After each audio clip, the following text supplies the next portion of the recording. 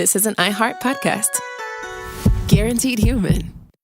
The springtime thaw is finally here. Flowers are blooming. Days are longer. We're saying yes to more plans and finally getting outside, running, walking, just moving again. It's the perfect time to upgrade your everyday go-tos with Bombas. Take Bombas sport socks. They're super comfortable and designed with sport-specific tech for running, cycling, yoga, hiking, you name it. I use them to run in, and I can tell you they work beautifully. So head over to bombas.com and use code SYSK for 20% off your first purchase. That's BOMBAS.com, code SYSK at checkout. All cat parents understand the feeling of being totally ignored by your cat and often thinking, does my cat even love me? There's only one solution to solve that, Sheba. Feed your cat Sheba and go from feeling ignored to truly adored in 12 days guaranteed or your money back. Sheba has a menu of products, appetizers, entrees, treats, and even a kitten's menu. So Sheba has a product for even the pickiest eater, like Sheba Puree made with bone broth, a smooth and creamy texture that cats love, or Sheba Grilled, protein-rich formula made with real chicken and seafood. To learn more, check out Sheba.com.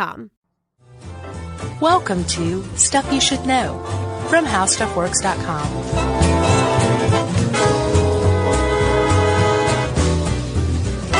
Hey, and welcome to the podcast. I'm Josh Clark. There's Charles W. Chuck Bryant. There's Jerry over there. This is Stuff You Should Know. What was that? That was, I don't know, a little extra something on top, I guess. A little hot sauce? Yeah, Cholula. So we just got back from our wonderful tour of the United Kingdom and Ireland. Yeah. And it could not have gone better. Right. And you may be hearing more about this in the future. Maybe. Or we may never speak of it again. That's true, too. Before we go, though, Yeah, we're just starting out. Before we get started, I started my own little personal Charles W. Chuck Bryant Facebook page. Nice. As a public figure. Yeah, I've got one of those too. You do? Yeah. What's it? I didn't know that. Yeah, it's largely neglected. I should probably pay attention to it, huh? So basically you say, I have a haunted ghost house that I own. Feel free to walk by every now and then. Exactly. My house is populated by me. And go like the page, and I'm going to be sharing a little more personal stuff, like my opinion on things and sharing music I like. Photos of your bare knees. Photos of my knees, photos of my animals. Nice. Just a little more stuff like that, because I get yelled at now when I do anything semi-personal on the Stuff You Should Know page. Yeah. I think I'll go and have mine, too. Yeah, so if you want a piece of me, as gross as that sounds, look for Charles W. Chuck Bryant on Facebook, and it's going to be a party. It is, huh? That's the logo. I neglect my Facebook page, but I am fairly active on Twitter. Yeah. You got your own Twitter thing. Yeah. Right? It's Josh __ Clark. Of course it is. Yeah. I do the same thing on that, though. It's like I'm a little more opinionated and share more personal stuff. Yeah, we're allowed to be real human beings. Exactly. It's neato. We don't have to be brand ambassadors. Yeah. We could take our sashes off. All right. So that's all for announcements for me. So, Chuck. Yes. Have you ever encountered water? Yeah. Yeah? Uh-huh. So, you know that there's 3 states of matter, and water is a great demo of these different states, right? Yeah, I encounter it every morning when I wash my horse. Yeah, well, you should share pictures of you washing your horse on your Facebook page. It's great. What's your horse's name? Gancho Ganev. Nice, man. There's just a few hundred people who know what you're talking about. That's right. So when you're washing Gancho and that nice water is like coming down all over his horsey body. Yes. It is in its liquid state, right? Yes. And when it's in its liquid state, its density is different than when it's in its solid state. That's right. It's more dense in its solid state, e.g. ice, or i.e. ice, sorry. Yeah. But then if you really heated it up and turned it into steam, it would turn into water vapor, right? Yes. Then it's in its gaseous state, and it's less dense. That's right. Those molecules could not get further apart. Well, they probably could. So while its density is smaller in ice, it actually takes up less space, right? That's correct. So if you put that water in a space and you froze it, it would shrink inside the space. If you expanded it into water vapor, it would take up more space. That's right. And as it takes up more and more space, its pressure increases. That's right. And if you could only be clever enough to figure out a way to harness that pressure, my friend, you would have harnessed what's called steam power. That's right. And that is the show for today. And Robert Lamb of Stuff to Blow Your Mind wrote this one, How Steam Technology Works, on our website, How Stuff Works. Yep. And it's a good one. Robert can write a fine article. That guy. For sure. So let's go back in time a little in the old Wayback Machine. The steam-powered one. Yeah, today it is. So it might take a little longer to get these coal fires burning. And sound different. But Jerry is hard at work over there, shoveling coal. Throwing levers. So let's go back. We're going to need a lot of coal, Jerry, because we're going back all the way to AD 75. Shovel faster, Jerry.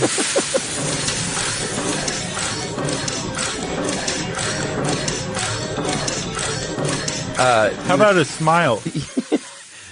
Oh, I was just about to say you'd be a wonderful whip guy for the coal shovelers, but not if you're asking them to smile. Because then it turns into a Broadway show. How about a smile? Yeah.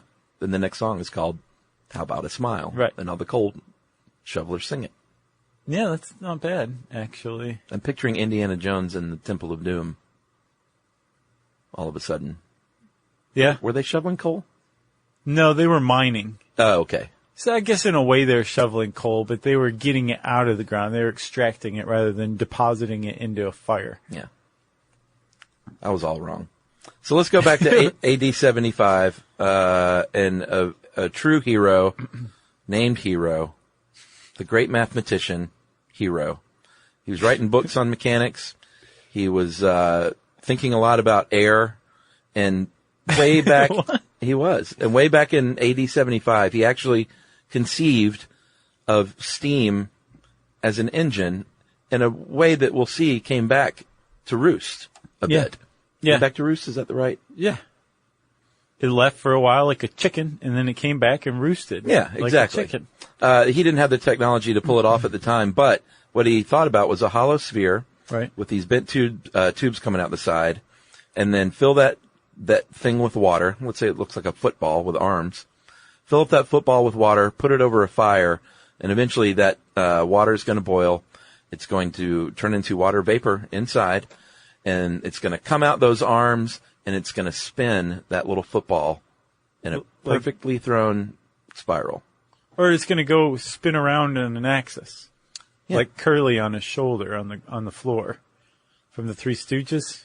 Yeah, but it's attached to something. Right. Over the fire. Yeah, exactly. So it's spinning. Spinning. He called that thing an aleopile. And he actually had a number of different ideas and inventions, two theoretical ones using steam. One was a steam-powered bird.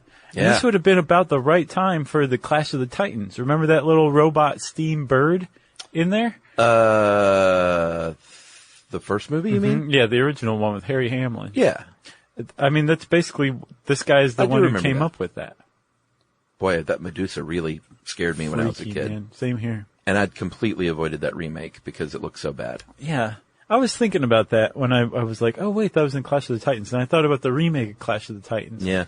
Nobody's actually, they're not making these movies as like an homage to a great movie. Right. They're doing it because they're like, we don't have any ideas, so we're just going to poke your nostalgia and hopefully get a few bucks out of you. Yeah. And disappoint you and probably ruin the original one for you.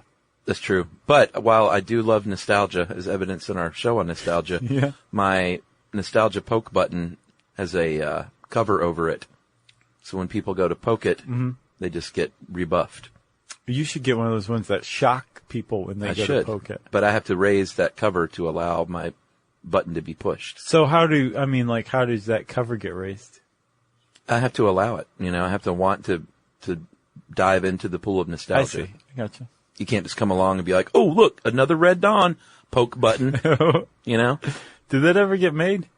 Yeah. Okay. So Hero, right? Yeah, Hero. Hero comes up with this thing. He was very much limited, and this would be the case for hundreds, tens of centuries. Oh, right? yeah. That steam power was theoretically far more advanced than practical material science. Yeah, he was way ahead of his time. Yeah. I mean, steam, the power you can harness from steam is practically unlimited depending on the materials that can hold the thing. Right. Right? Yes. If you have material that can hold a infinitely dense amount of steam or infinitely pressurized amount of steam, you could run the world, my friend. Yeah. But we don't have that. And No. Hero definitely didn't have it. He basically could just draw it and say, this will be great someday. Yeah, which was great. I mean, that's how things get made. He was just ahead of his time. Like by about 1600 years. Yeah, he was a futurist. Yeah. So flash forward, we'll rev up the machine again, and we'll putter along to 1606.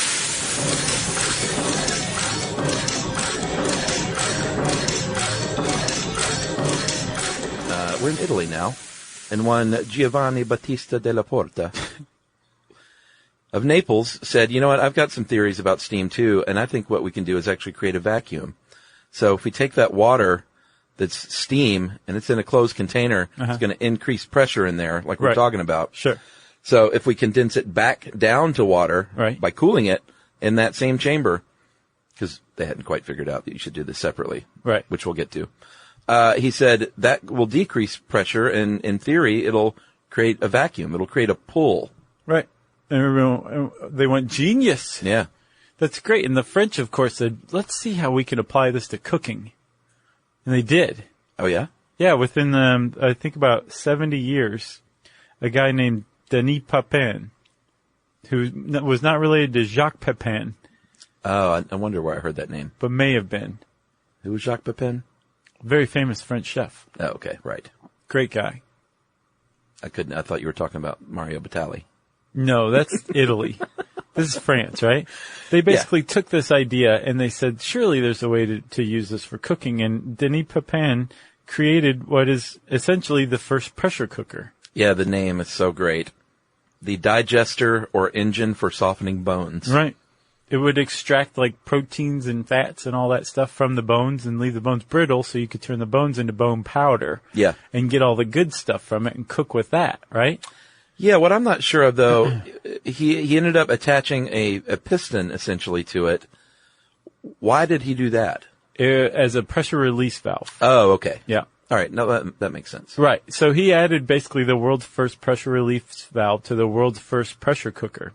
Yeah, the first steam-powered piston. Like, he didn't know it yet, but he was laying the groundwork for an engine. Yeah. That's definitely one thing that emerged from researching this, Chuck, is that, like, the history of steam power is definitely built on the backs of earlier people.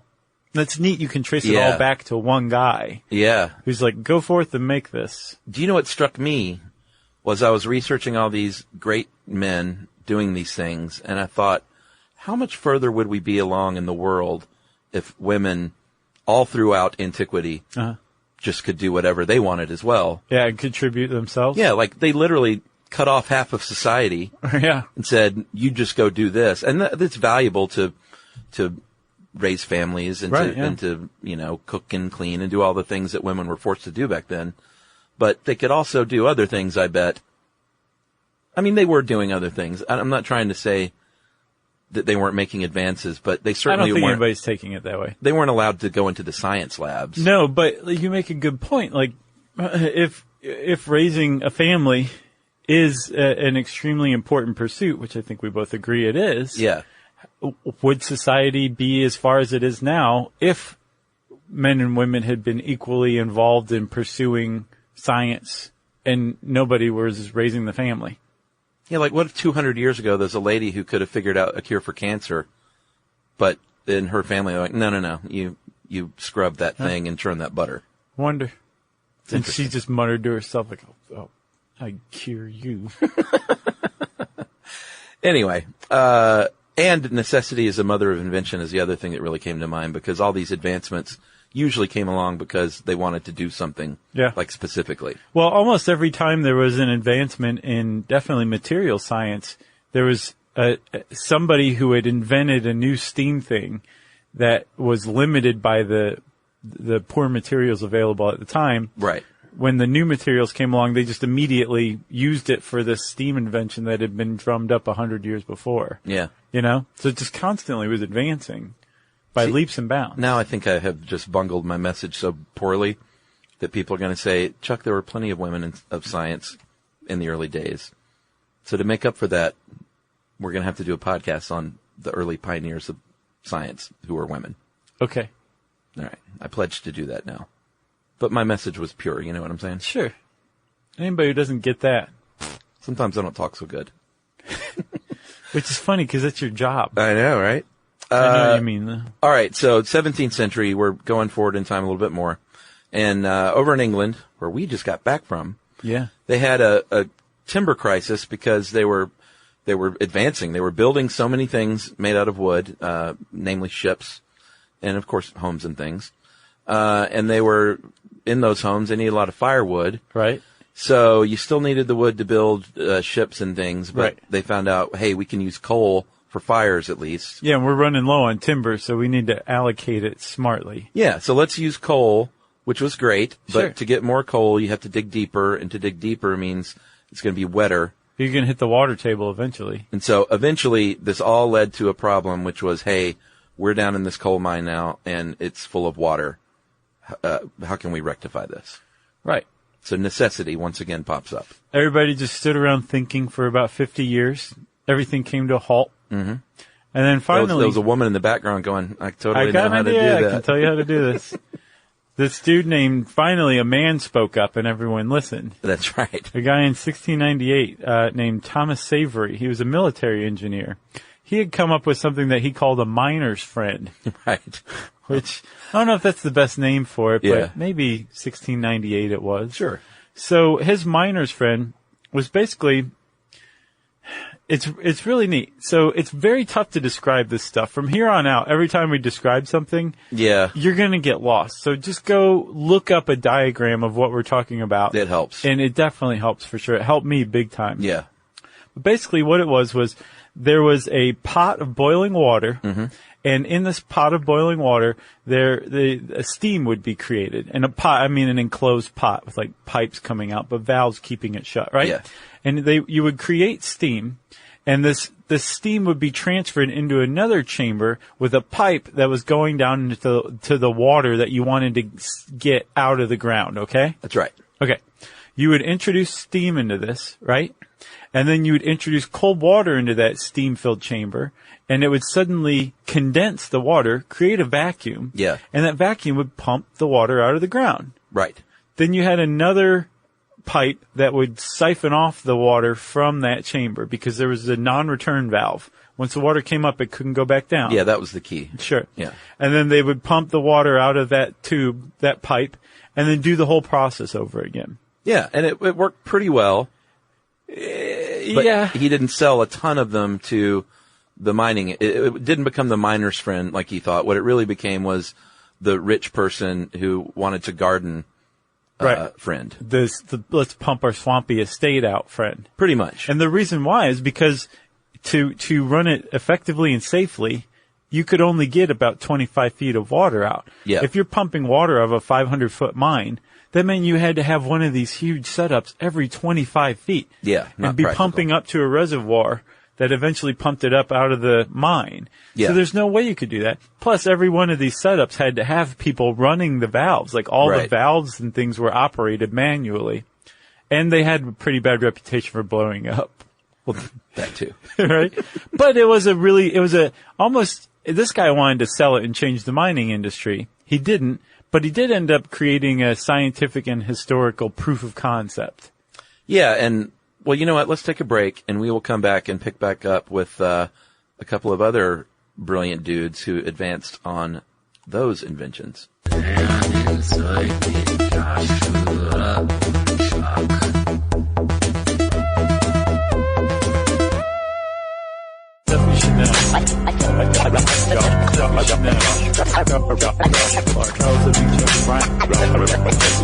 YSK. All right, so 1698 was the miner's friend. I don't know why that's so funny to me. I don't either. And just about 14 years later, in 1712, there was a blacksmith named Thomas Newcomen and his little buddy, John Calley, who was his assistant, a plumber and glass blower. Mm-hmm. I get the feeling like everybody back then blew glass. You just knew what you were doing. Yeah. Yeah. Make your own window. Like today, how everyone, what is something everyone can do today? Drive a car? Yeah, or complain on social media. Sure. That's Stop posting personal stuff. Yeah, that's the glass blowing of today. Posting on social media? Yeah. Complaining on it? Sure. I think you might be right. So he was a glass blower and plumber, his assistant was, and they said, you know what, let's create a better system. It's more efficient. He took, it was called the Newcomen engine. I guess Calley, as an assistant, didn't get his name in there. No. I would have lobbied for the new Calley or something, maybe. Combine the names. That's clever. But Newcomen, no. It's my name. You're the assistant. So they took Savory's separation of the boiler and then added Papin's steam-driven piston, and all of a sudden they had the Newcomen engine. Well, they took the boiler and combined it together, right? So like you had this piston and it was heated and then cooled. Yeah. And then heated and cooled. Right. So it was like combined into one. Yes. But it was a piston that was moving up and down, right? Well, yeah, but it was a piston that was moving up and down via this thing that looks kind of like a seesaw. Yeah, it was connected to that, right? And on the other end of that seesaw was the pump. So one end is a piston moving this thing up and down like the seesaw, and on the other end's the pump. Yeah, and what it's really doing is it's pulling it down on either side. Yeah. It's not pushing ever. Like one side pulls, making the one side go up, and the other side pulls, making the other side go up. Right. So you've got that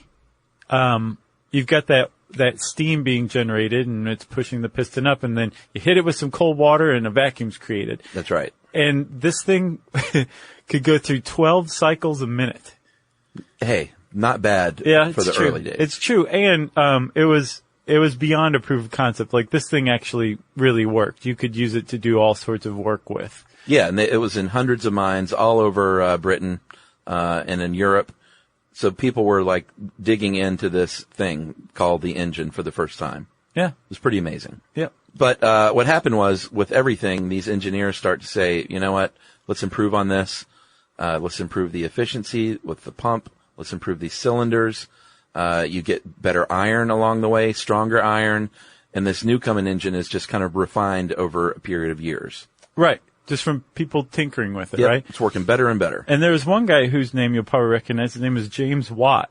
I think he was born in England, but he made his name in Glasgow, Scotland. Yeah, my new favorite country. Yeah, it's a great country. I think his name was James the Game Changer Watt. Yeah. If he was a boxer, that's what he would have been called. Although he took the Newcomen engine and changed it back closer to the miner's friend, though, because the Newcomen combined the boiler with the condenser, and he separated them out again.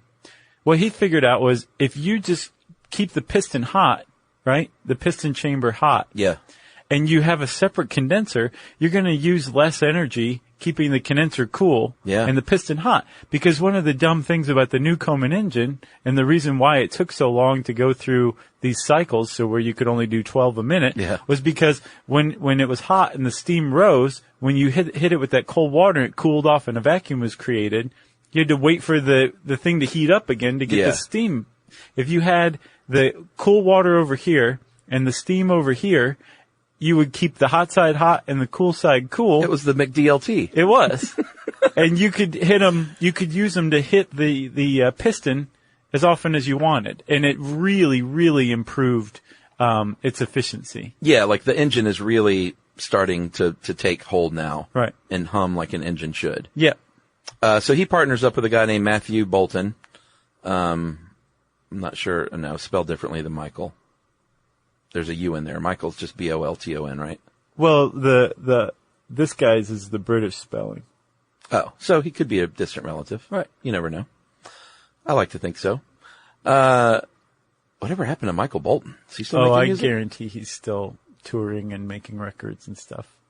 Yeah, Guys like that, they don't go away. They might not be in the international limelight anymore, right. But they're still doing what they do. There's always a home in Branson, Missouri.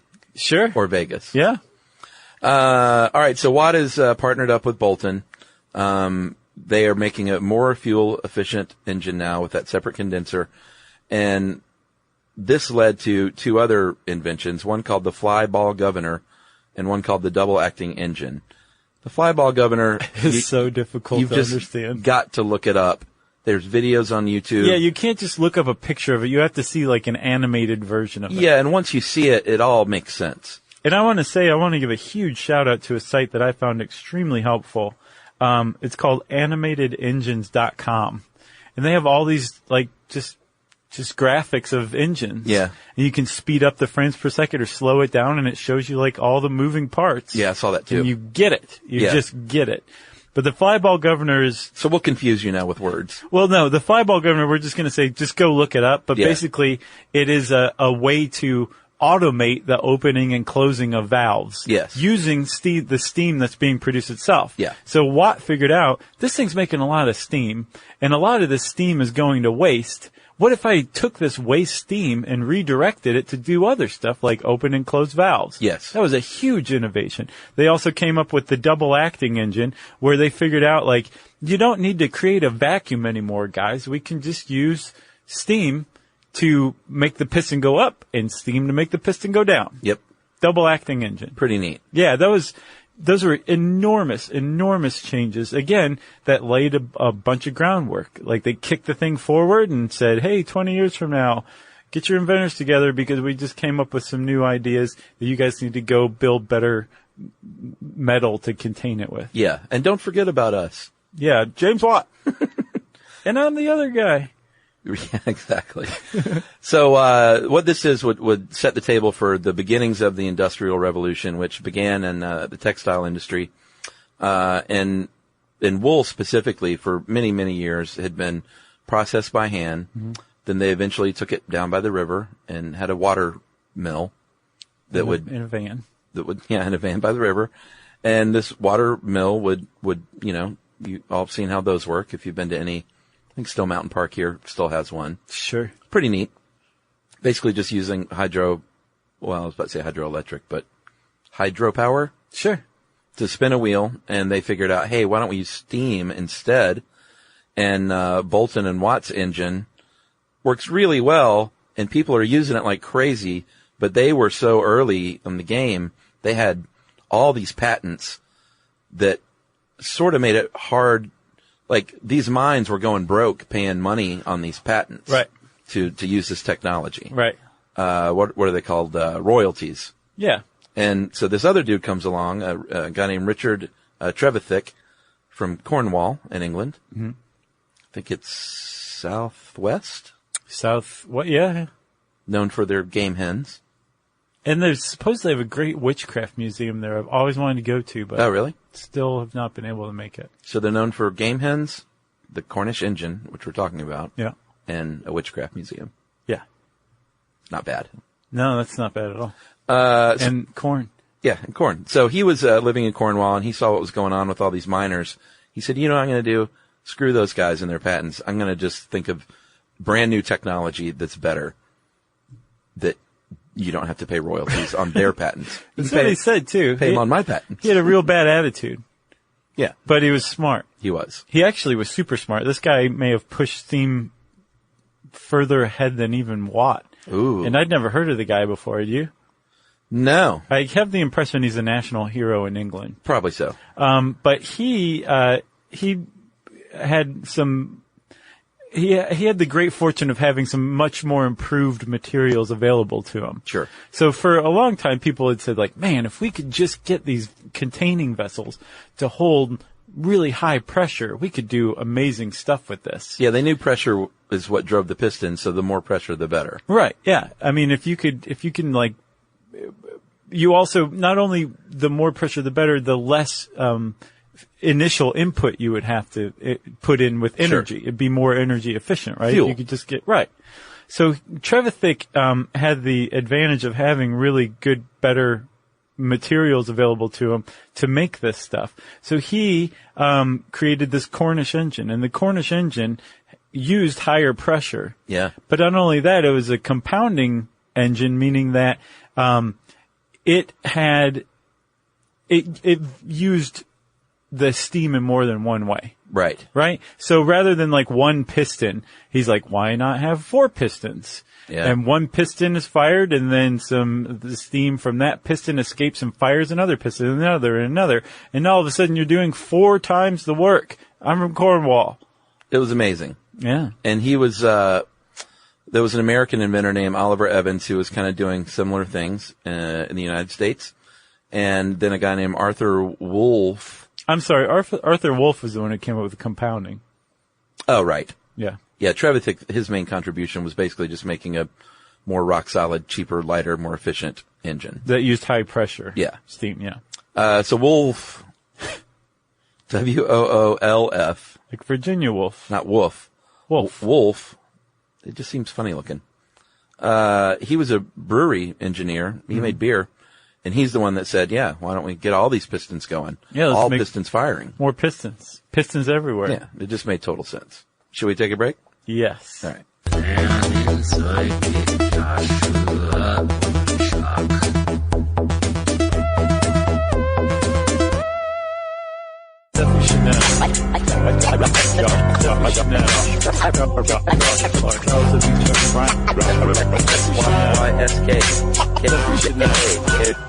All right. We got steam coming out of everywhere. Steam engines, they're working. Uh-huh. They're turning pistons. And so all of this eventually would lead to use to move things and people around. Yeah. People are like, I'm so tired of walking. My legs hurt so bad. Can you take this steam technology and like make a steam powered car? Yeah. And apparently people have been working on it for a while. There's some debate over who created the first steam powered vehicle. And supposedly there's a guy named Ferdinand Verbiest.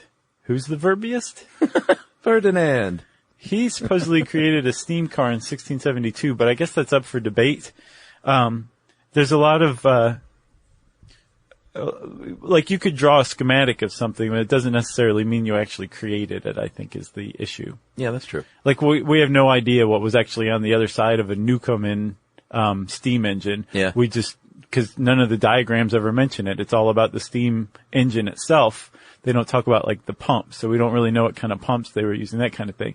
So if we go back, we can't say for certain that this guy did it. It's possible, but I think widely a guy named Nicolas Joseph Cugnot, Ooh, nice. who is a French inventor, obviously created a steam-powered vehicle in 1769. But steam-powered cars, they went virtually nowhere. That's like when I invented the snowboard, I thought.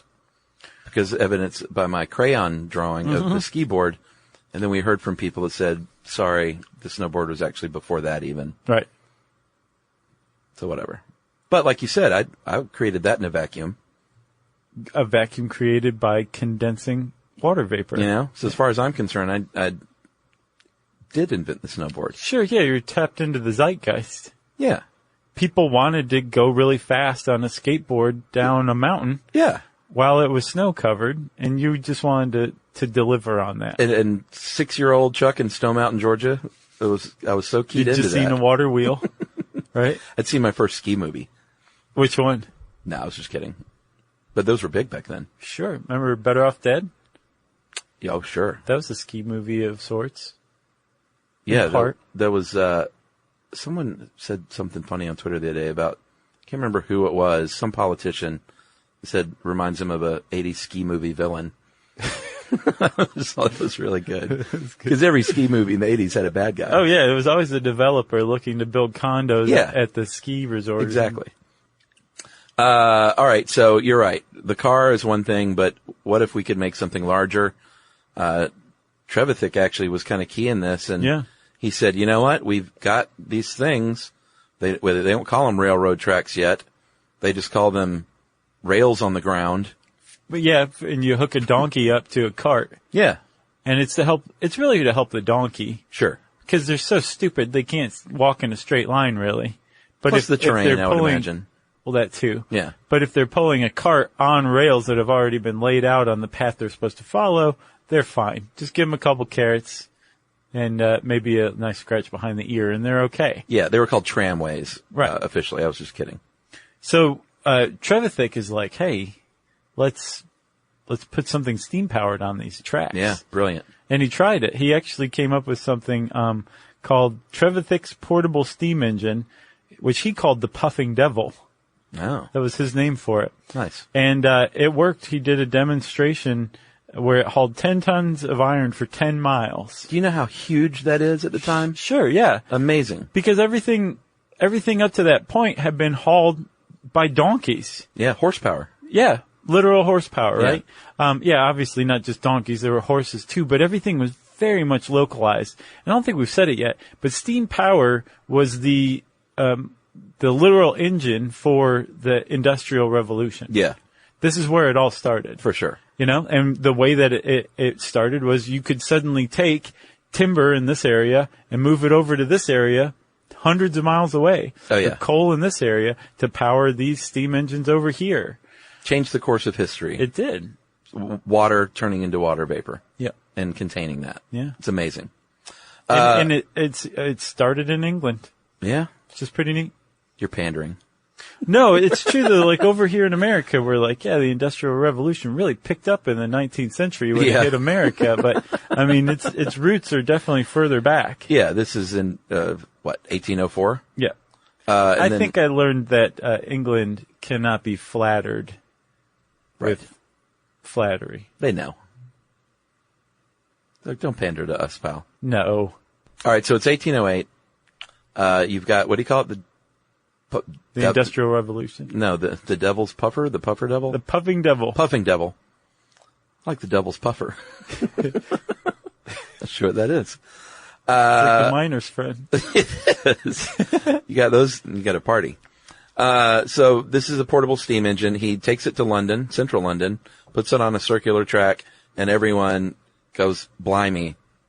What is that? It is of the devil. It's a Puffing Devil. Yeah, and it's amazing. And there was an engineer there named George Stevenson, and a couple of decades after Trevithick, he said, you know what, I'm going to take that, and I'm going to, like everyone else before, say I'm going to make it better, more efficient, and all of a sudden, things got so good, they actually opened up what I think is the first town-to-town railroad line because they were trying to move coal from Durham to Stockton at a shipping port. Right.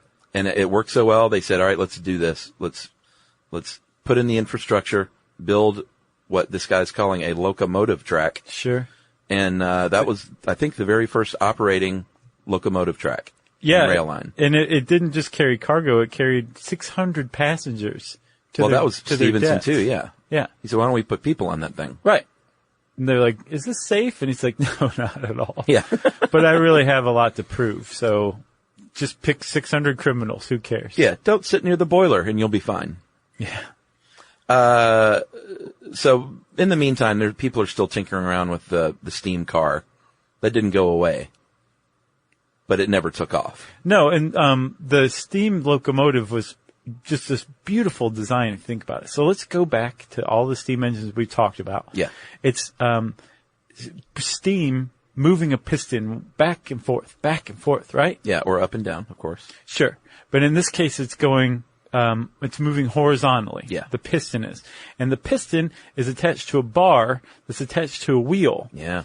And if you want to get kind of fancy, you can attach several wheels to this bar. Yeah. And as the piston's moving back and forth, this bar is actually making an ellipse. Yep.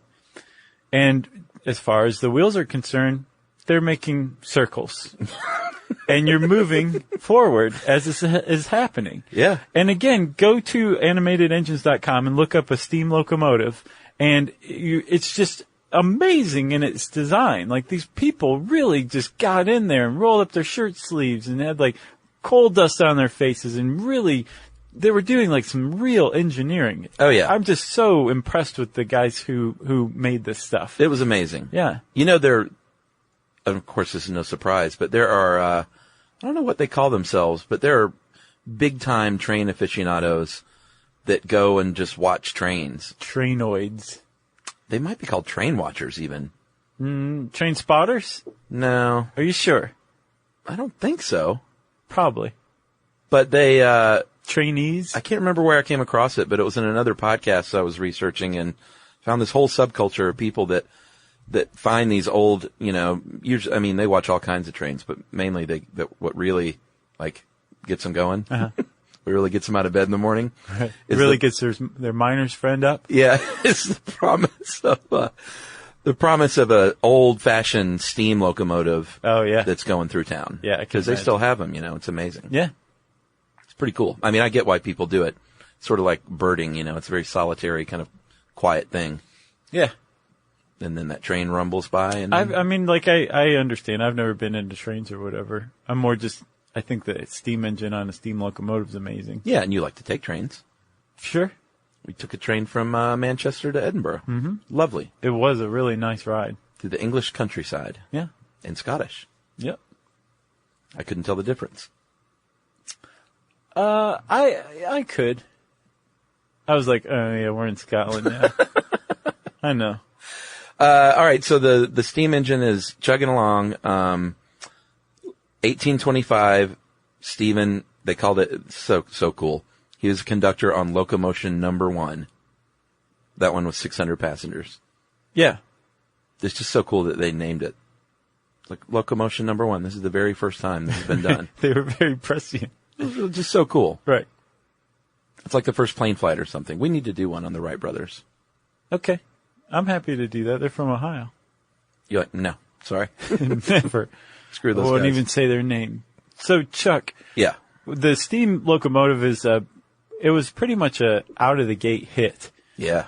Some poor people were still working on the steam-powered car. But in the meantime, other people were like, what about steam boats? Yeah. Let's come up with something like that.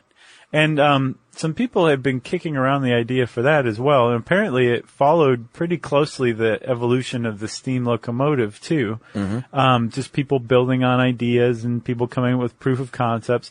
And it was an American guy named Robert Fulton who created the first steam-powered paddle-wheeled boat that showed that it was actually capable of moving up and down rivers. Yeah, and there was a guy in England about 40 years earlier named Jonathan Hull who had the first steam-powered tugboat, but it didn't work too well because, again, the technology with these Newcomen and Savory engines just weren't good enough. Right. But it was really Fulton who said, come aboard. How quaint is this? Yeah. Do you like my captain's hat? Yeah, traveling up and down the river with a paddle boat. How quaint is this? They're like, well, we don't have any future things to compare it to, so it's just contemporary to us. Well, and dudes that were professional oarsmen were like, no, I really like the looks of this thing. Right.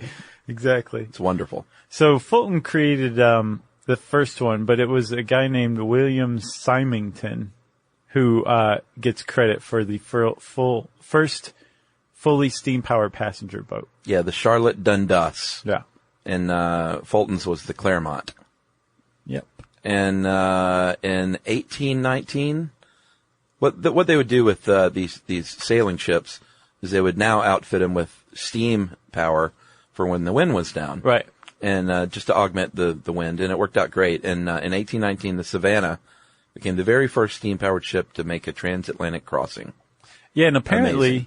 This steam power was such a threat to sail makers that a consortium of sail makers lobbied the British government saying, hey, can you do something? Can you stifle the steam technology? Yeah, can you shut down this amazing advancement? Right, because we make sails. Yeah.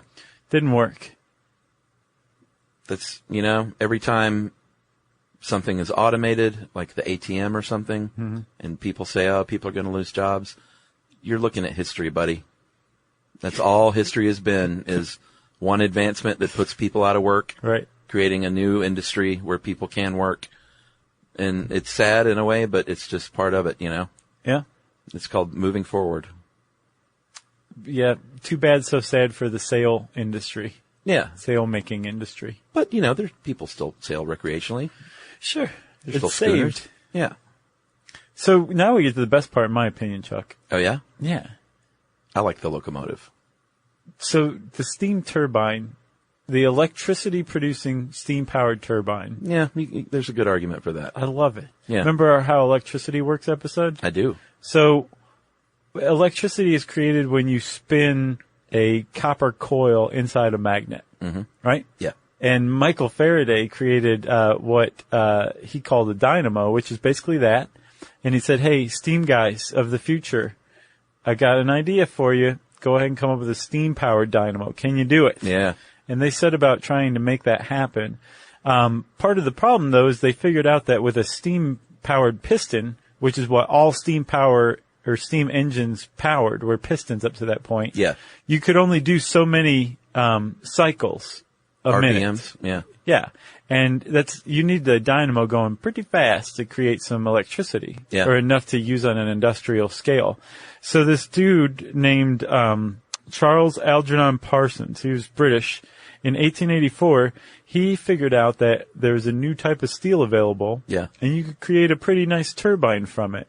And if you took that turbine and went all the way back to basically Hero's original idea, which was spinning, but rather than having the steam spin the actual vessel, Yeah. you had a vessel creating steam that you're shooting out at the turbine. Yeah. You can spin a dynamo pretty fast. Yeah. 18,000 revolutions a minute was his dynamo. And in 1890, Jack, that was enough to generate electricity, and they installed it forthwith at the Fourth Banks Power Station, and the rest of Europe said, holy cow, we have electricity. Yeah.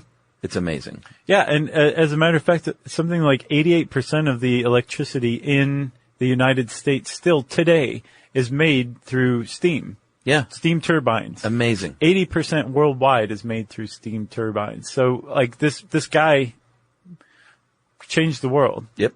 Along with Faraday. Yeah. Yeah, of course. And everyone else before. Right. Because everybody's building on the work of everybody else. And all the women who supported those men. Exactly. Who probably had better ideas. Yeah. Who were like, we could have come up with this 700-800 years ago. So we've mentioned a few times that this was dangerous. Exploding boilers were a problem. Man. Even when they figured out safety valves, early safety valves wouldn't work. Actually, later safety valves have proved to not work on occasion. Yeah. In the case of 3 Mile Island. But it got a bad rap in the press, of course, and that probably slowed progress a bit. But progress continued nevertheless. Well, even today there's boiler explosions. Like there's a big one at a Dana Corporation plant in Tennessee. Yeah. Just blew up like a significant portion of the plant. Man. And it's not just that it's like throwing hot water out everywhere. The pressure that can build up in these high pressure systems in these vessels, if the vessel gives, yeah. when that steam hits the regular atmosphere, it expands, right? Yeah. And you have basically, I think I read something like a 10,000 kilogram vessel of water, which is what you would find on like a steam locomotive. Yeah. If it blew up, it would blow up with a force equivalent of 1 ton of TNT.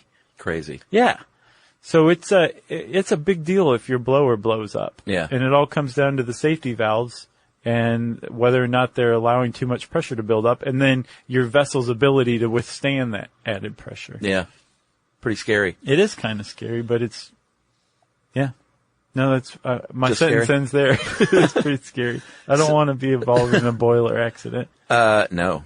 I don't think anyone wants to.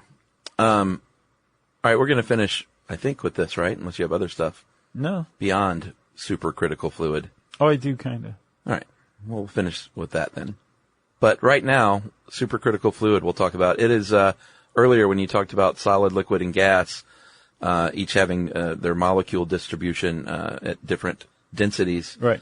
Something really strange happens, as Robert points out, when you heat, when you go through from solid to liquid to gas, and if you heat up that gas enough, those molecules actually eventually are forced back together, and it becomes like a liquid again, but it still has the properties of a gas. Yeah, it's kind of like a plasma state or something almost. It's supercritical fluid. Yeah. That has its own name. Right. So when water in particular hits its critical point is at 705 degrees Fahrenheit. Whoa. And 217 atmospheres. That's right? amazing. So it's very high temperature, very high pressure. Yeah. When it goes beyond that point and it starts behaving quite weirdly, you actually can get more steam power out of less initial fossil fuel input. Yes. So it's more efficient when you can heat something to these higher pressures, these supercritical pressures. And way temperatures. more. Yeah. So again, the reason that you can do this is we could have always done it. We could have heated it up to this amount. Yeah. But we never had the materials to hold it. Right. Now we have the materials to hold it, and they're creating more and more electricity with supercritical steam. Yeah, and here's a little mind-blowing fact for you. This water, to create the supercritical liquid fluid, is heated at such a high pressure that it doesn't even boil. No, it goes right from water to water vapor. Amazing. Yeah. That's fast. Yeah. And apparently they're figuring out now that you could actually use CO2 instead of water because it has a much lower critical point. It's like 85 degrees Fahrenheit and 73 atmospheres, which is like nothing. Wow. And they're figuring out, well, wait a minute, we could use a bunch of CO2 in lieu of water vapor and get even more energy out of this, but from less input. So they're trying to figure out how to use supercritical CO2 to create electricity now to power steam turbines. It's a decent band name. Supercritical CO2? Sure. It's not bad. So you got one more tidbit? That was it. Oh, that was a tidbit? Yeah. Oh, great. Can I go home? Yeah. In just a minute. Since we don't have anything else, if you want to know more about steam power, you can type those words into the search bar at howstuffworks.com. Since I said steam power, it's time for listener mail. This is written by one of our jingle writers. Our little jingle bumpers. Sure, yeah. Hey guys, just want to appreciate the fact that SYSK gives Joe Schmoes like me the opportunity to feel famous for just a fleeting moment. Whenever I'm listening to an episode and you cut to commercial, I hear one of my little songs. It really takes me by surprise, and I think, that sounds familiar. Oh yeah, I wrote that. Yippee. I'm a stay-at-home dad. I'm trying to make my name for myself as a stay-at-home dad. As a versatile graphic artist and film composer, and it's nice to know that at least something of mine is making it out to the masses. And speaking of being a dad, I just finished my first children's ebook. Awesome. Which we're going to plug since he gave us his... oh, yeah, for sure. Yeah, we plug it anyway. I'm very proud of it. It's called Hector's Song. And it's a tale about being who you are no matter what. It's a great message. Nice. That is a good message. You can get the regular read words on a page version on Kindle or an enhanced version with narration and music on iBooks. That jacks into your brain. He recommends it for kids 0 to 6 or so. And you can go to his website, which is Elaine Osborne, E-A-L-A-N, Elan, probably. Yeah. OSBORNE.com, or just go to iBooks or Amazon. And thanks again, guys. J Money and Chucky D. That's right. You guys are the real deal. Thanks, Elan. We appreciate that, man. Yeah, you're the real deal too, man. Writing books and music and stay-at-home dadding. Yeah. Pretty neat. Yeah. Super neat. If you want to get in touch with us because you submitted a jingle and have now written a book, well, we want to hear from you. You can tweet to us at SYSK Podcast or Josh Clark, too. You can hang with us on Facebook.com/Stuff You Should Know. Check me and Chuck out on Facebook for the more personal stuff of Chuck's needs. You can send us an email to stuffpodcast@howstuffworks.com. And as always, join us at our home on the web, stuffyoushouldknow.com.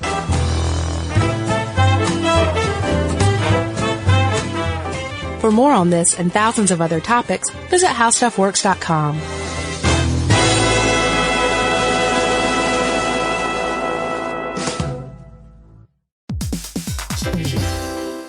Hey, Hey, everybody. Here's a fact for you. In the United States, there is a break-in every 26 seconds, and that means that somewhere right now, an intruder is getting closer. And the problem with most security systems is that they only alert you after the break-in has started, and that's too late. Well, that's what makes SimpliSafe different. They use alerts. SimpliSafe's U.S.-based live agents, they identify threats on your property and help deter them before they actually break in. So the intruder never gets into your house. The crime is stopped before it even starts. That's right. And another great thing about SimpliSafe is they have no long-term contracts. They give you peace of mind and great value with their monitoring deterrence plans because they just start at about $1 a day. Yeah, SimpliSafe sent us a setup years back, and I still use mine every day. Yeah, and apparently setup, you can do it by yourself in under 30 minutes, so it's a really good value and it doesn't take long. So if you want to experience the SimpliSafe peace of mind, you can take advantage of the SimpliSafe discount offered to Stuff You Should Know listeners. Right now, you can get 50% off your new system by visiting simplisafe.com/stuff. That's half off at simplisafe.com/stuff. There's no safe like SimpliSafe. Introducing the all-new Mazda CX-5, featuring more connection. Hey Google, where's the nearest Pilates class? Safety that has your back. More discovery on the scenic routes. More passion in the details. And more control in changing weather. The all-new Mazda CX-5. More to move every side of you. See it in 5 films at MazdaUSA.com/5sides. Google is a trademark of Google LLC. Sequences shortened and simulated. This is an iHeart podcast. Guaranteed human.